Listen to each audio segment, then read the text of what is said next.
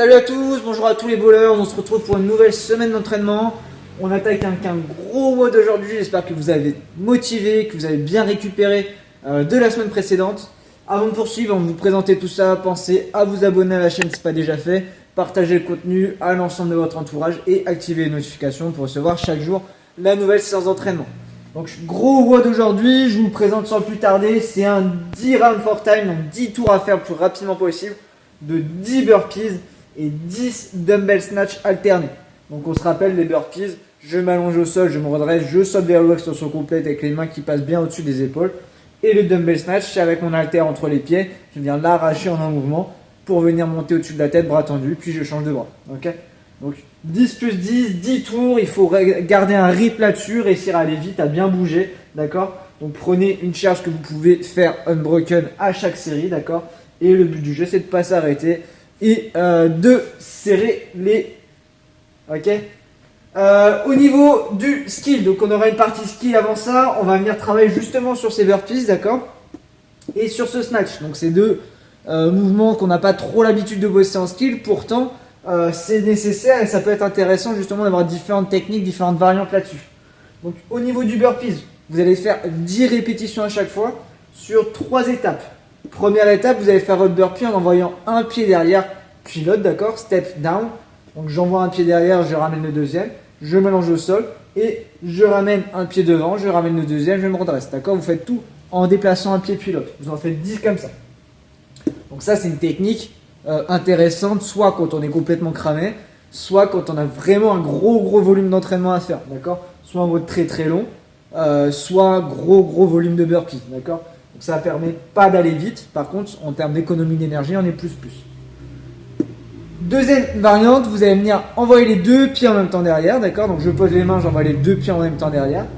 Je m'allonge au sol. Par contre, je vais ramener un pied, puis l'autre pour me redresser, d'accord. C'est un hybride, on gagne un petit peu de temps. C'est un petit peu plus taxant en termes d'énergie, d'accord. Un petit peu plus coûteux en énergie. Donc ça à essayer. Pensez bien à varier par contre le pied que vous ramenez pour pas avoir une jambe qui va cramer plus que l'autre. Un coup je remonte avec mon pied droit, un coup je remonte avec mon pied gauche et j'attaque comme ça. La dernière variante, la plus rapide, vous allez venir envoyer les deux pieds en même temps derrière et ramener les deux pieds en même temps devant, d'accord. Celle qu'on a l'habitude de faire, qu'on a l'habitude d'enseigner, qui permet d'aller très vite, d'accord. Par contre c'est la plus coûteuse en énergie. Donc essayez-moi ces trois variantes, 10 répétitions à chaque fois en se concentrant sur ces focus là. Et ensuite, dans votre tête, vous vous dites, ok, je vais faire telle ou telle variante pour le WOD à la fin. Pour notre dumbbell snatch, vous avez aussi différentes techniques. Là, on va s'attarder sur la transition de main à main. Première technique, la plus facile à mettre en place, la moins coûteuse, c'est de faire un dead start. Donc, je démarre avec la terre au sol, je l'arrache, je le repose au sol, je change de main. D'accord? Je change de main une fois que la terre est à nouveau posée au sol. Ça, c'est la première technique. Ok? Ça permet de bien se replacer à chaque fois, de prendre un petit peu de temps récup en bas à chaque fois. Donc c'est relativement lent, mais c'est moins coûteux. Deuxième technique, vous allez venir changer de main à hauteur des hanches. Donc je viens faire mon snatch, je redescends mon bras à hauteur des hanches. Hop, là je passe dans notre main, je touche au sol et je remonte. Ok, je reviens à mes hanches, je change de main, je touche, je remonte. Ok, variante qui permet de changer de main un peu plus rapidement et profiter du rebond en bas, d'accord. Pas s'écraser en bas, venir faire hop un touch and go pour tout de suite repartir. Troisième variante, au lieu de changer aux hanches, vous allez changer quand vous êtes au-dessus de la tête. Donc je viens arracher mon haltère, hop, je change de main en haut et je touche, je remonte, je change de main, je touche, je remonte, etc. Attention, notamment pour les premières, à bien lever la tête, bien regarder votre haltère, ok, que ça ne vous tombe pas sur la tronche.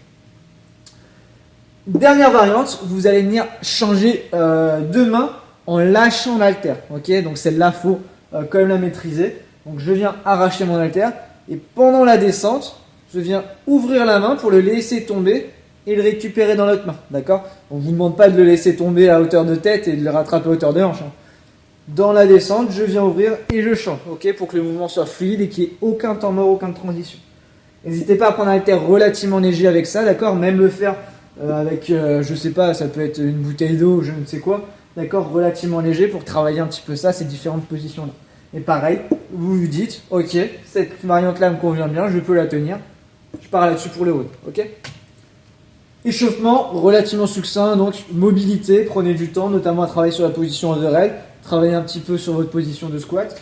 Et le pec flow, prenez du temps aussi, 5 à 10 bonnes minutes pour bien vous échauffer, bien vous mobiliser en faisant les différents déplacements des animaux. Ok. Ensuite, avec le skill, vous aurez le temps de bien rentrer dans le match avant d'attaquer là. Et vous allez pouvoir attaquer ce WOD en faisant un premier tour de 5 à 10 répétitions de chaque mouvement avec la variante choisie en mettant l'intensité. Ok. On est bon pour cette première séance. Je vous retrouve demain pour la prochaine séance d'entraînement. N'hésitez pas à me solliciter si jamais il y a besoin comme d'habitude. Entraînez-vous bien, prenez soin de vous et à demain.